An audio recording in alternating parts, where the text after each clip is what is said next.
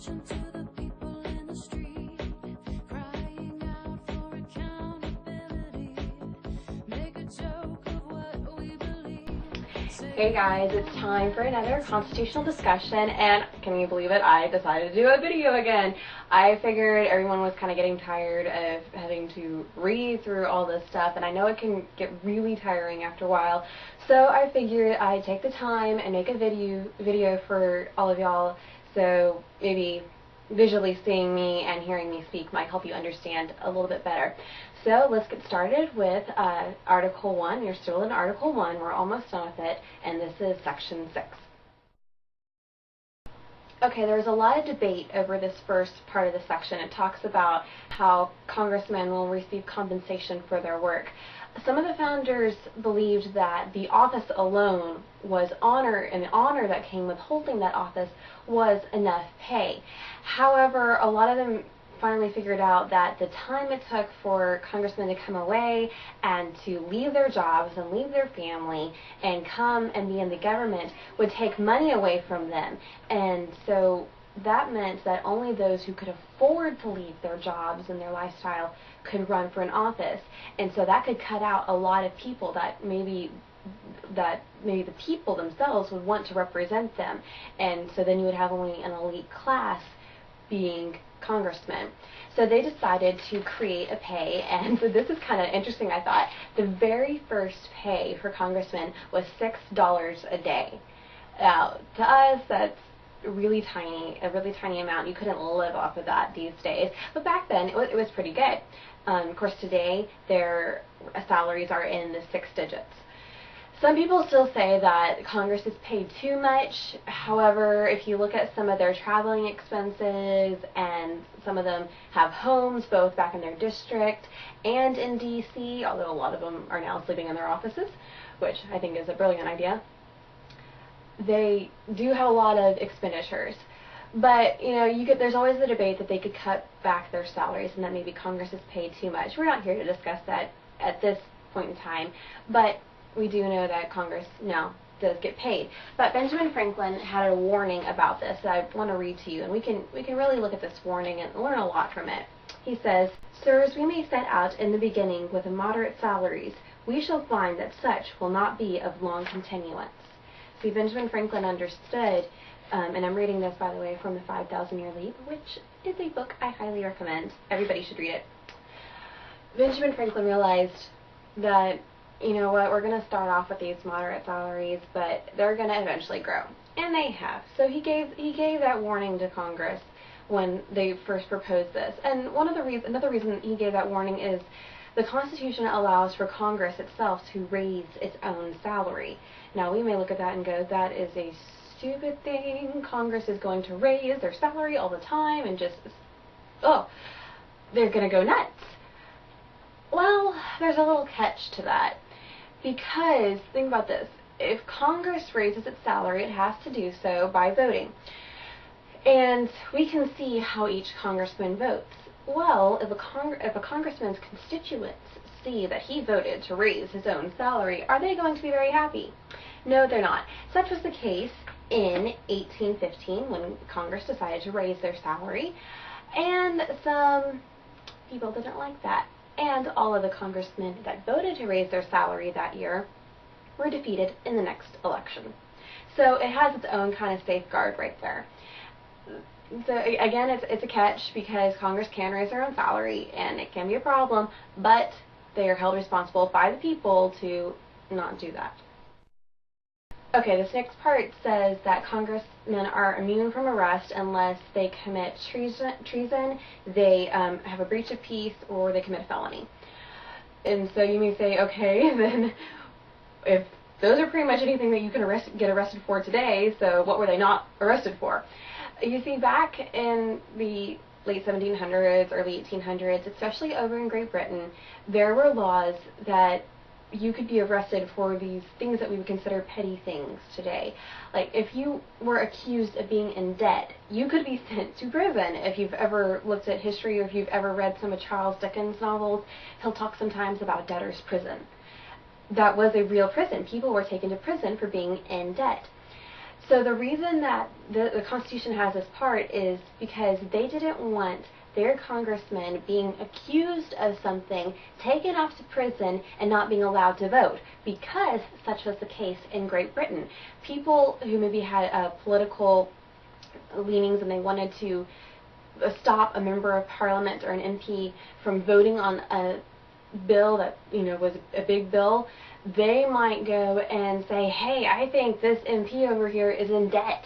So that MP may be taken off to prison and maybe wasn't there for that important vote. And so it was a political game that could be played. The statement that he's in debt might not have been true, but it got them out of the House where they could vote. So the U.S. Congress saw this problem, and at the Constitutional Convention, they don't want that issue to come up in our Congress because, again, we are a representative Congress. The congressmen are there to represent us. So they wanted them to do so fully. And how could they do that if lies were being said, hey, he's in debt, and they were being carted off to prison and then couldn't vote on legislation? So today it doesn't really, this part doesn't fully apply to us anymore because we don't have things like debtor's prison or petty lawsuits where they're taken off to prison.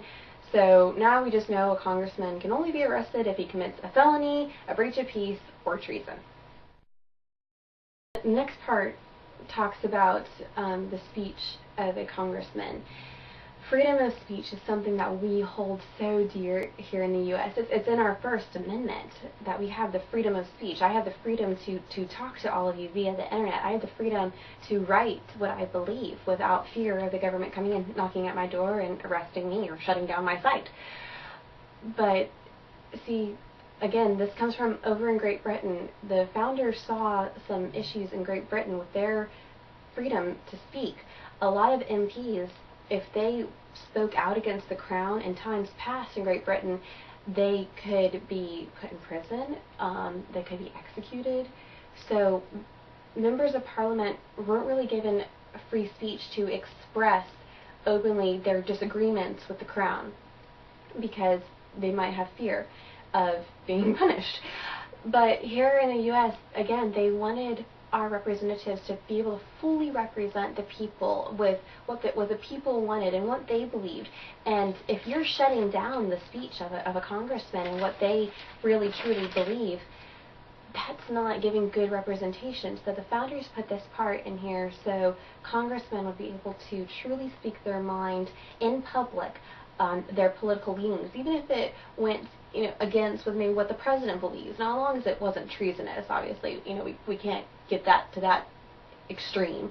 But if, say we have John Boehner, who is our Speaker of the House, vehemently disagrees with President Obama on the issue of health care, and probably a few other things. But John Boehner is able to come out and speak out and say, no, I disagree with this health care bill and I think it should be repealed. But he's not being punished for that because he has the freedom to speak, and this section of the Constitution gives him that freedom. Aren't we so glad that our congressmen can just come out and speak their minds? We may disagree with them sometimes, we may not like what they have to say sometimes, but they have that freedom, and it's a blessing to have that freedom. Okay, this is an interesting section of this section. It's kind of a section of the section. When I first read through it, I was kind of like, not getting it. And so I did my studying on it and researched on it, and I was like, oh, this is really cool. The founders really had insight into government corruption, is where I really see this, that they had an insight to government corruption when they were writing this. The first part of this section states that a congressman cannot create an office in the government that is a better, quote, better job and better paying job. Then he resigns from his congressional office and gets appointed to the office he created or voted for to create. It's kind of a, he created an office that's better, more paying, and then he quit his job so he could get that. Yeah, a little problem there. Because the founders did not believe that being in a government position should be a career. Because a lot of people back then wanted it to become a career. Nowadays it is a career. But the founders did originally want that want to keep that from happening. They wanted people to, the congressmen, to still have regular lives back home, have regular jobs back home, so they could relate to the people they were representing more.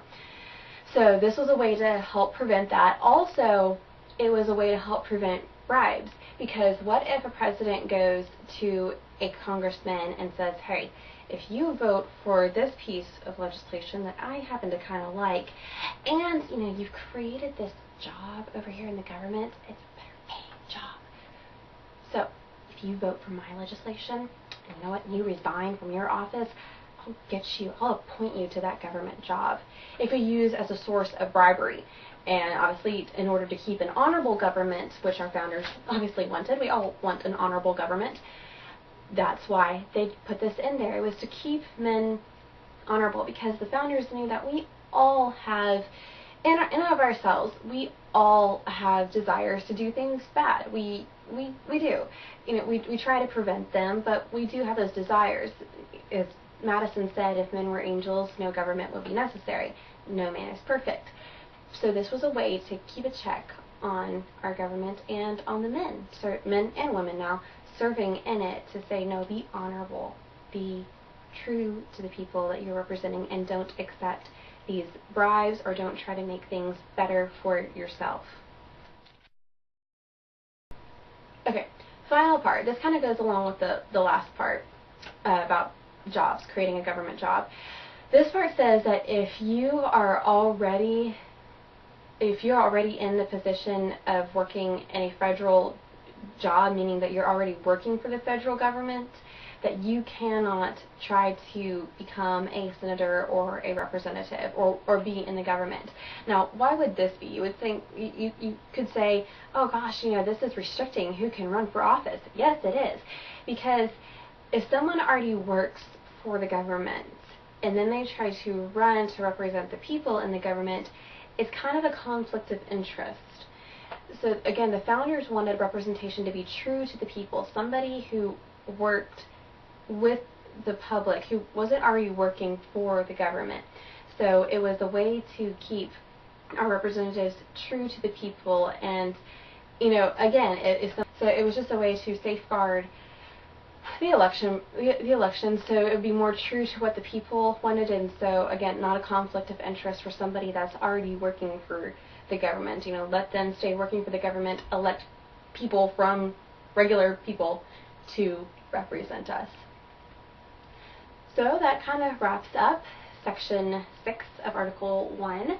We're getting close to finishing up Article 1, and I hope you've enjoyed it. I hope you haven't been too overblown by it.